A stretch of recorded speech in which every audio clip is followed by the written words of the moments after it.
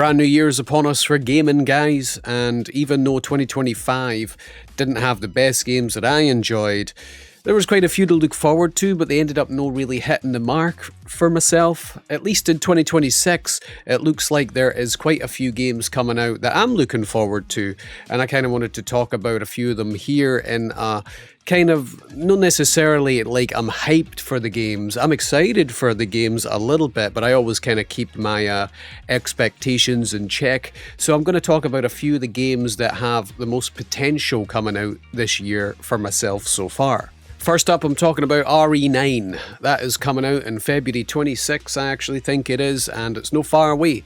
It's just next month.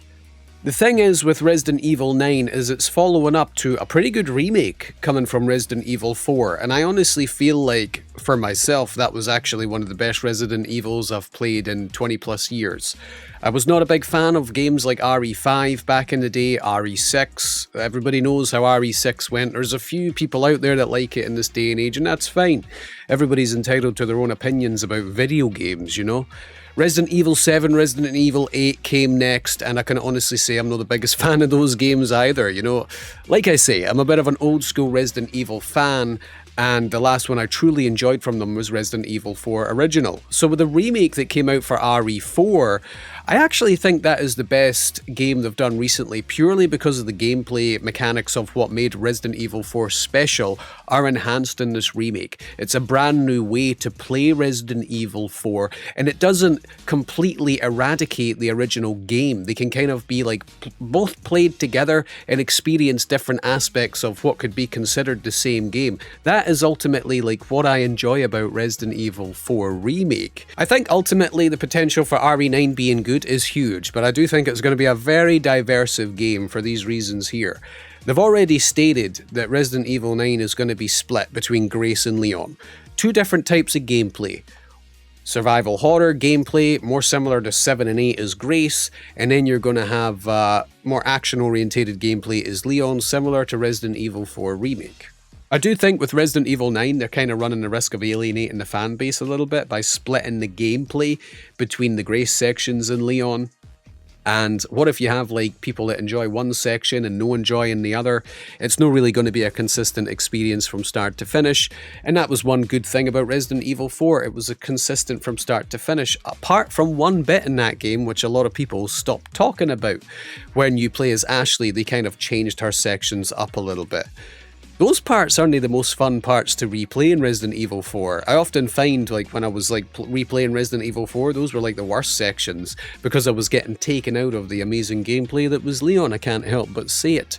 And it wasn't as big a deal in the original Resident Evil 4, those Ashley sections. They kind of felt no that big a deal in that game for some reason, but in Resident Evil 4 Remake they felt like there was a bit more to it, a bit more boring, just like running away from enemies. You couldn't really do much, and I hope that's not going to be the case for Ashley. I hope we're not just running away from enemies, because that actually leads to boring gameplay. And one thing they're actually not been talking about Resident Evil 9, which makes me think they're still no confident in how they want people playing it, is the ability to switch camera angles when you play as either or character.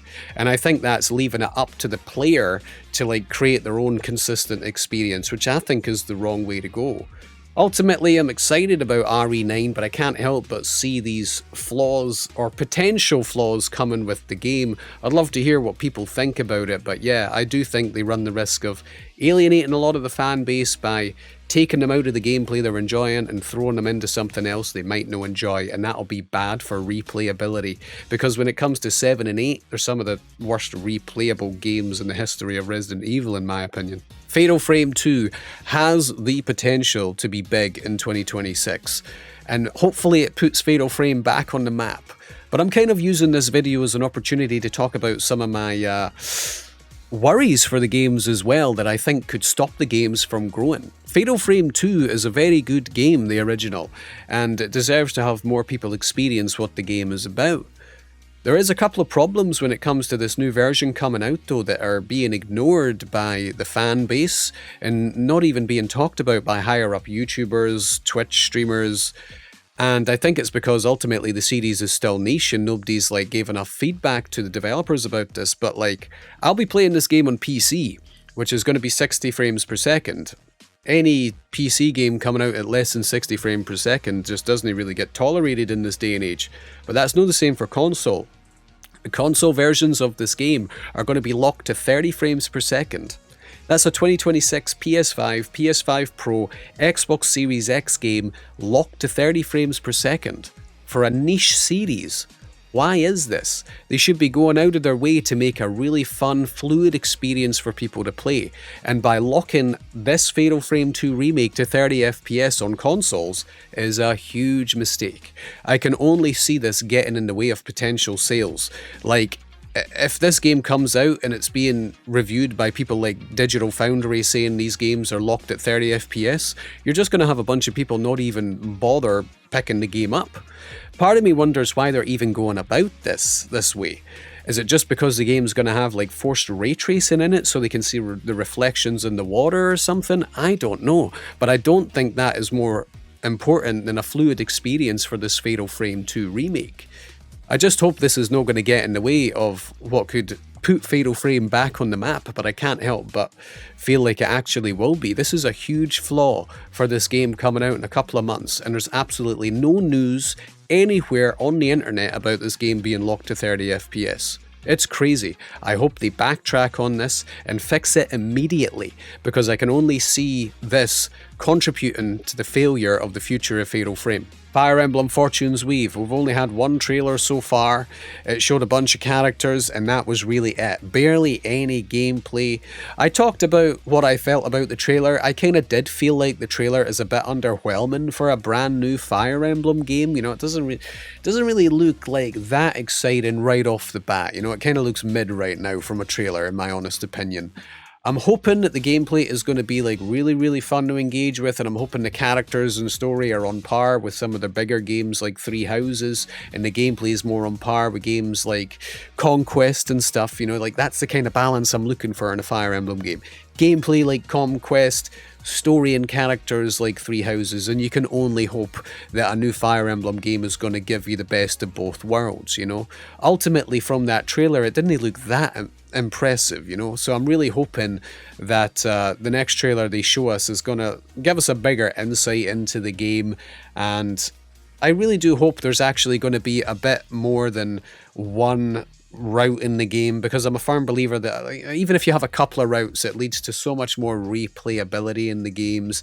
I'm not really like one of these people that turn around and give Three Houses, you know, like a bad rep because of the fact that it's got a couple of like plot holes in its huge story. It doesn't matter to me. The point is it actually does have a huge story, multiple ways to play it, multiple characters to play, and I think that's one of the reasons why the game has so much discussions about it all these years later. And I want the same for Fire Emblem Fortune's Weave. I don't want it to be like Engage, where people kind of forgot about it after a year or two and that was kind of it done. Even though that was a good game, I'm looking for something more from Fire Emblem Fortune's Weave, so I'm really hoping that the next trailer is going to show us something pretty good. Forza Horizon 6. It's not often I talk about racing games, you know. It's because I've not been buying racing games for a long time. But I did pick up Forza Horizon 4 when it was getting delisted a couple of years back. Really, really cheap I picked it up for. And I had a ton of fun with the game. It was actually a lot more arcadey than I was thinking, because a lot of the more newer Gran Turismo games are more, you know, like real life simulation type games, and I miss the old arcadey type racer. And I feel like you can get that out of Forza Horizon, you know. The problem I think with Forza Horizon as a whole, and I'll be honest with this, is I do think there's a lack of progression in the game. You know, when it came to older racing games, what you would do is you would save up your money, you would buy a car, you would start off in the smaller races and work your way up, get a better car, and it really gave you a sense of progression through the ranks, the races, and it felt like it was earned, you know? And I miss that for arcadey type racers. And the problem with Forza Horizon is it actually doesn't do that. You kind of get rewarded left, right, and center with new cars, new cars, new cars, new cars. So you really get like brand new top tier cars right off the bat, you know? And I think that does create a lack of progression within the games. And I think that's the game's number one flaw. I'll just be honest, that is the game's number one flaw. But ultimately they are still fun because they are an arcadey type racer, you know?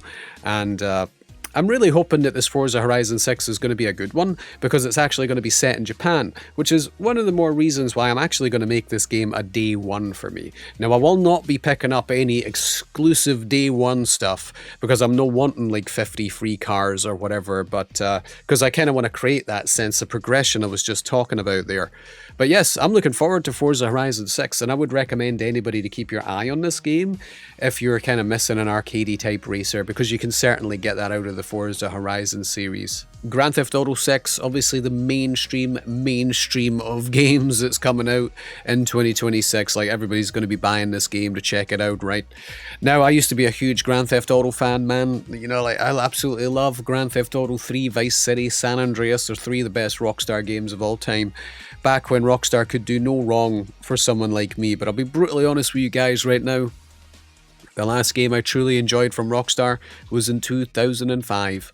20 odd years ago, and that was Bully. That was the last game I truly enjoyed from those guys, because ever since Bully, they've kind of went down a completely different route for their games. They kind of got rid of the more arcadey type feel of their games and went in a more realistic approach, which is what I've not liked about a lot of the more later Rockstar games. And they only make a game every 10 years at this point, so they've kind of got like one shot to get people like me back on track, you know. I only ever played Grand Theft Auto 5 once, and that was on the PS3, the very first time it released. I didn't really enjoy Grand Theft Auto 5, but I'm not going to sit here and say I was someone that played online every day. I think Grand Theft Auto 5 got so huge over the years from the amount of people that play it online. But I don't really care about playing Grand Theft Auto online. What I want from GTA 6 is an amazing campaign that feels just great to play from start to finish. Good radio stations, great gameplay, great driving.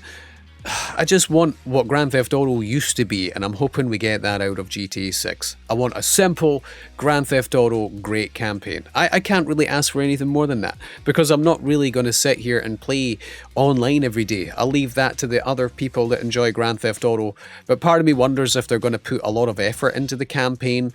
Is it going to be too realistic like Red Dead Redemption 2, which is one of the games I really don't like from Rockstar? Only time's going to tell there as well. I'd love to hear what people are looking forward to with Grand Theft Auto 6. There's a lot of older gamers that I know that are not even going to be giving this game the chance, because they kind of have moved on from Grand Theft Auto, and it feels like it's more for younger gamers in this day and age. But I'm still going to give this game a chance, and I really hope it's going to be the best Rockstar game I've played in 20 years. The last game I want to talk about is Onimusha Way of the Sword. This is the new Onimusha game that is coming out.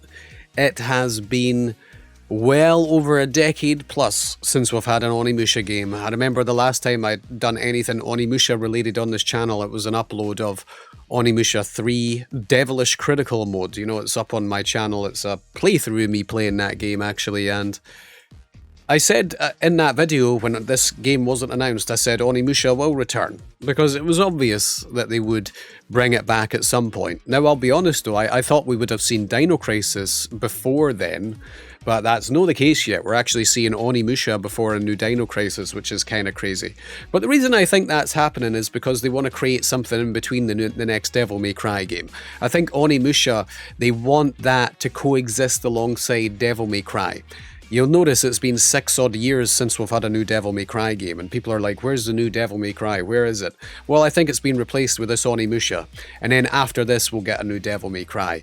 And hopefully Onimusha does well to kind of like go in turns with Devil May Cry or something. That's what I'm hoping. There's not really been a lot of people talking about Onimusha, which is quite a bit of a shame, right?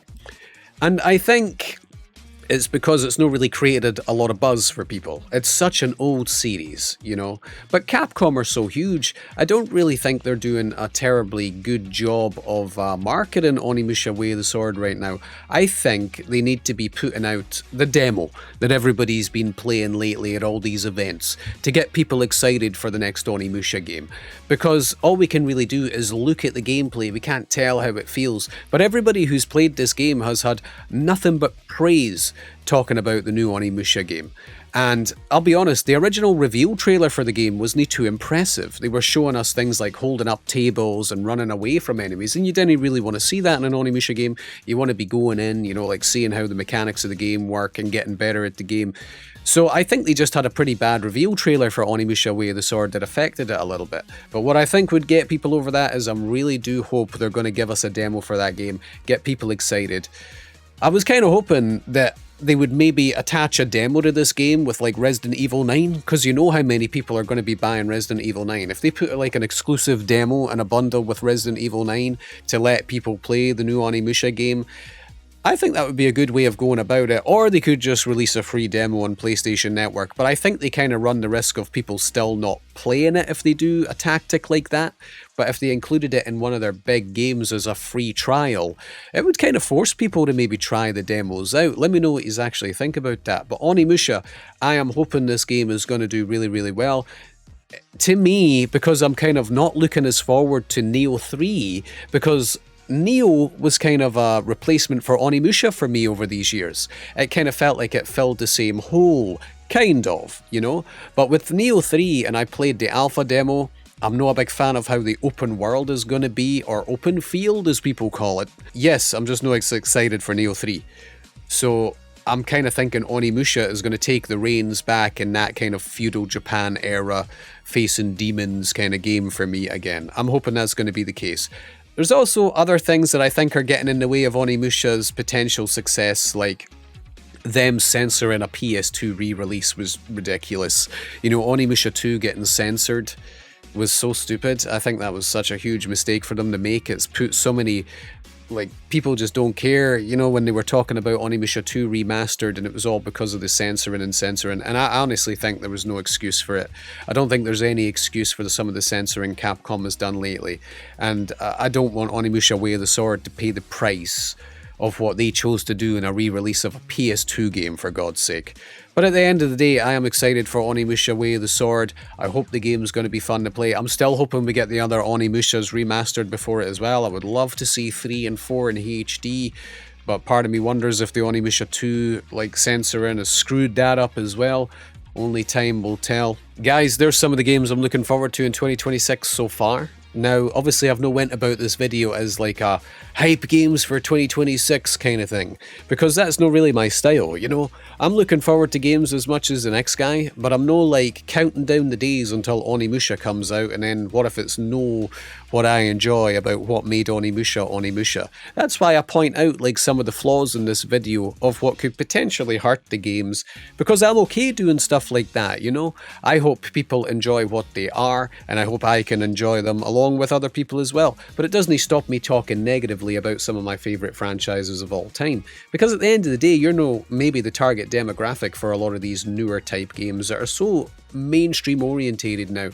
That's just the way it is, But at the end of the day, 2026 so far is looking kind of good, and I hope that in the future there's going to be some really good announcements for this year as well. I'll probably do more videos like this, the more announcements we get later on in the year. I'd love to hear what games you guys are looking forward to in 2026. Is any of the ones I've talked about here on your list as well? Let me know, and I'll catch you in the next one.